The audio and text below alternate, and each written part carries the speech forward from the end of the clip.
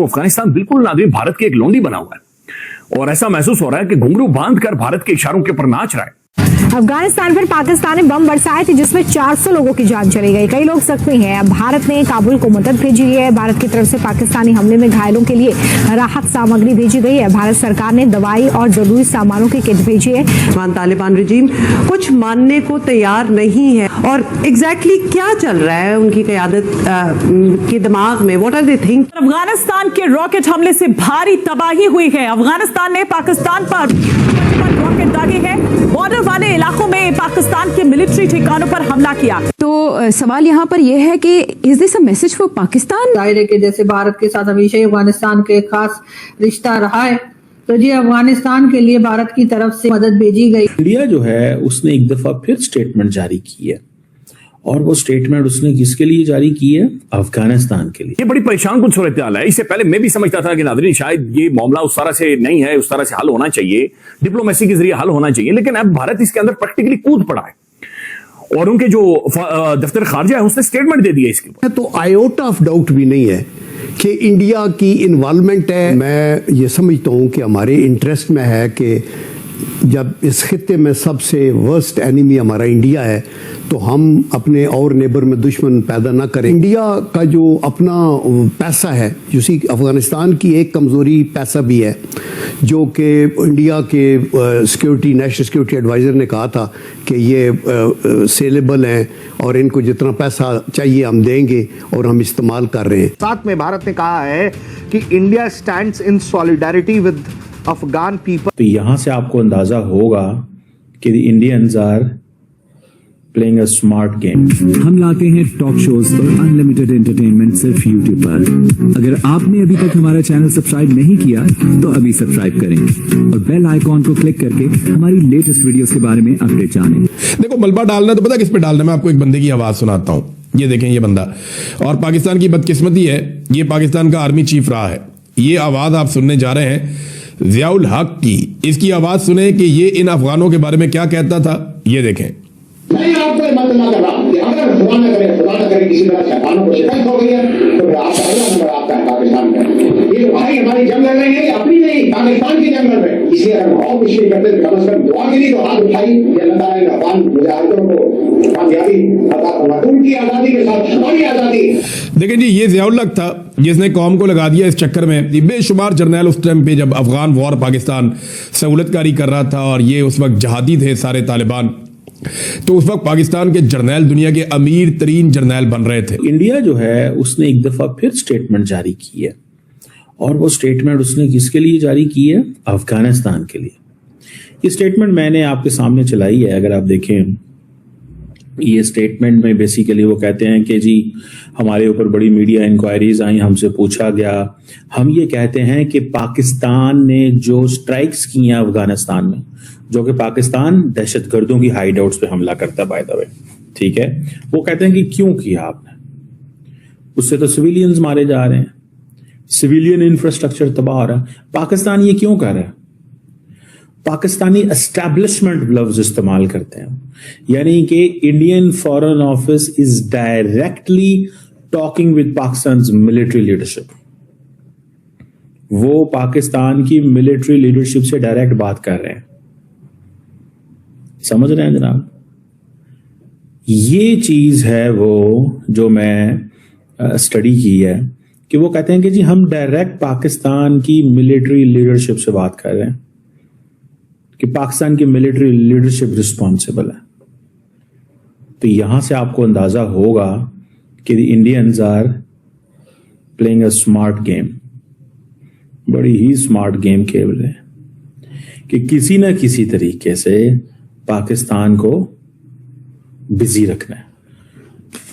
मैंने इस पे आपको बहुत पहले कहा था कि इंडिया का पर्पस क्या है, इंडिया क्या चाहता है, पाकिस्तान की ऑप्टिक्स क्या हो। पाकिस्तान की ऑप्टिक्स ये होनी चाहिए कि यहां पे धमाके हो रहे हैं, दहशतगर्दी हो रही है, बॉर्डर पे गोलाबारी हो रही है, इकोनॉमी ठीक नहीं है। जितनी इकोनॉमी खराब होगी, जितनी पाकिस्तान की इकोनॉमिक राइज पे हमला होगा, उतना इंडिया समझता है कि पाकिस्तान जो है वो मिलिट्री कैपेबिलिटी उसकी कम होगी। तो पाकिस्तान को परफॉर्म नहीं करना चाहिए। सो देखें, एडवर्सरीज जो होते हैं दे प्लान, ठीक है। अब मिसाल के तौर पे पाकिस्तान के अंदर अगर दहशतगर्दी के वाकयात हो रहे हैं तो दुनिया बाहर से बैठ के क्या दे, यार वहां नहीं जाना, वहां हालात ठीक नहीं। भारतीय सपोर्ट हासिल है उनको। इस वक्त मैं जो तालिबान की जबान देखता हूं उसके अंदर मुझे भारत की जबान नजर आती है, भारत के आइडियोलॉजी नजर आती है। दूसरा, मैं यहां पे आपको यह भी अर्ज करना चाहूंगा कि उनके एनएसए इस वक्त किर्गिस्तान बैठे हैं और वहां से वो असला भेजने की तैयारियां कर रहे हैं।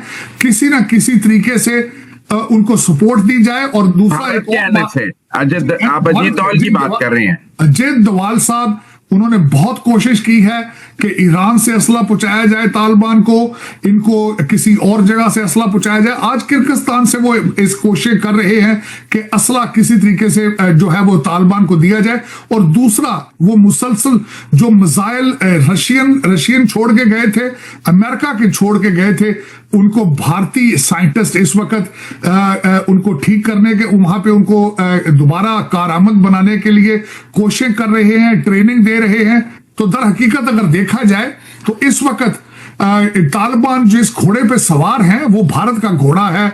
और भारत की ये ख्वाहिश है कि दोनों जो फ्रंट है आपका, भारत के साथ जो बॉर्डर है और वो जो अफगानिस्तान के साथ बॉर्डर है, दोनों से आपको स्क्वीज किया जा सके ये। और दूसरा, जो तालिबान बिल्कुल उनके हाथों में खेल रहे हैं, विच इज रॉन्ग। 40 साल आपने कुर्बानियां दी, 40 साल पाकिस्तान ने कुर्बानियां दी, इनके बच्चों को पाला, और लेकिन आज देखें उसका रिजल्ट क्या है। और मैं सितम ज़रीफी ये है जो मैं समझता हूं, मुजम्मल भाई, आज हमारे जो कैदी नंबर 804 ने कहा है कि मुझे पैरोल पे रिहा किया जाए, मैं अमन की तरफ लेकर जाऊंगा, जो कि सरासर ज्यादती है, जो एक गलत सिग्नलिंग है, जो आपकी फेडरेशन के खिलाफ बयान है, उसको भी आपको सामने रखना होगा।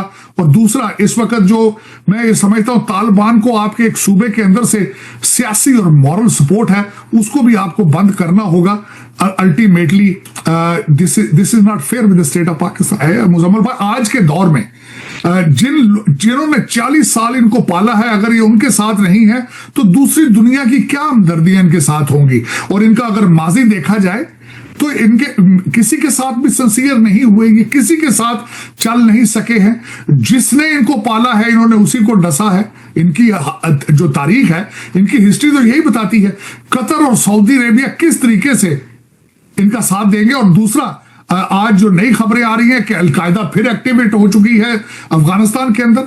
और तालिबान क्या है? ये तालिबान एक ग्रुप नहीं है, ये मुख्तलिफ दहशतगर्द ग्रुप या मजहबी ग्रुप है, उनका एक कट है। ये एक पार्टी नहीं है, ना एक मंशूर है, ये तो इस ग्रुप। अगर अफगानिस्तान में रजीम चेंज होती है तो क्या डोनाल्ड ट्रंप रजीम चेंज का साथ देंगे या नहीं देंगे? क्योंकि उन्होंने ईरान में रजीम चेंज की मुखालफत की थी, मैं इसलिए बात कर रहा हूं। देखें, डोनाल्ड ट्रंप साहब सिर्फ और सिर्फ उस रजीम का साथ देंगे जब उनके पास बग्राम एयरबेस होगी, जब उनका इन्फ्लुएंस उस रजीम के ऊपर होगा, वो तभी उसका साथ देंगे।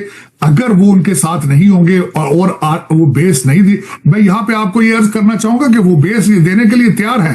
तालिबान इस वक्त $1 ट्रिलियन मांग रहे हैं सालाना।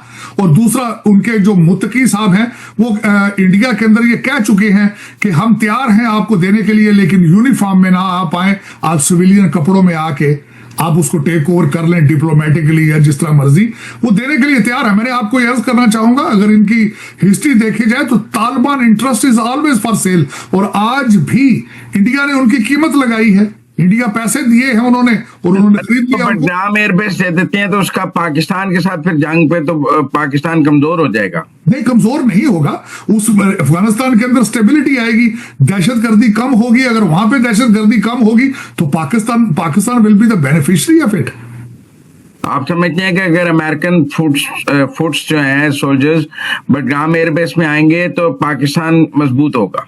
बिल्कुल, मैं एग्री करता हूं। और आज की पार्टनरशिप जी, बिल्कुल आज के जो हालात हैं, मैं ये नहीं कहता कि फ्यूचर का क्या होगा। आज हमारे जो शहबाज शरीफ साहब और हमारे फील्ड मार्शल और जो अंडरस्टैंडिंग इस वक्त उनकी ट्रंप एडमिनिस्ट्रेशन के साथ है, आज के सर्कमस्टांसेस में अगर वो एयरबेस जो है वो ट्रंप एडमिनिस्ट्रेशन अमेरिकन के पास आती है, Pakistan will become more stronger और उस खित्ते के अंदर दहशतगर्दी का। तो आपको ये वीडियो कैसा लगा कमेंट बॉक्स में जरूर लिखिए। इस वीडियो को लाइक कीजिए, शेयर कीजिए, सब्सक्राइब करना ना भूलिए आपके channel channel EA to Z को। मिलते हैं अगली वीडियो में। जय हिंद।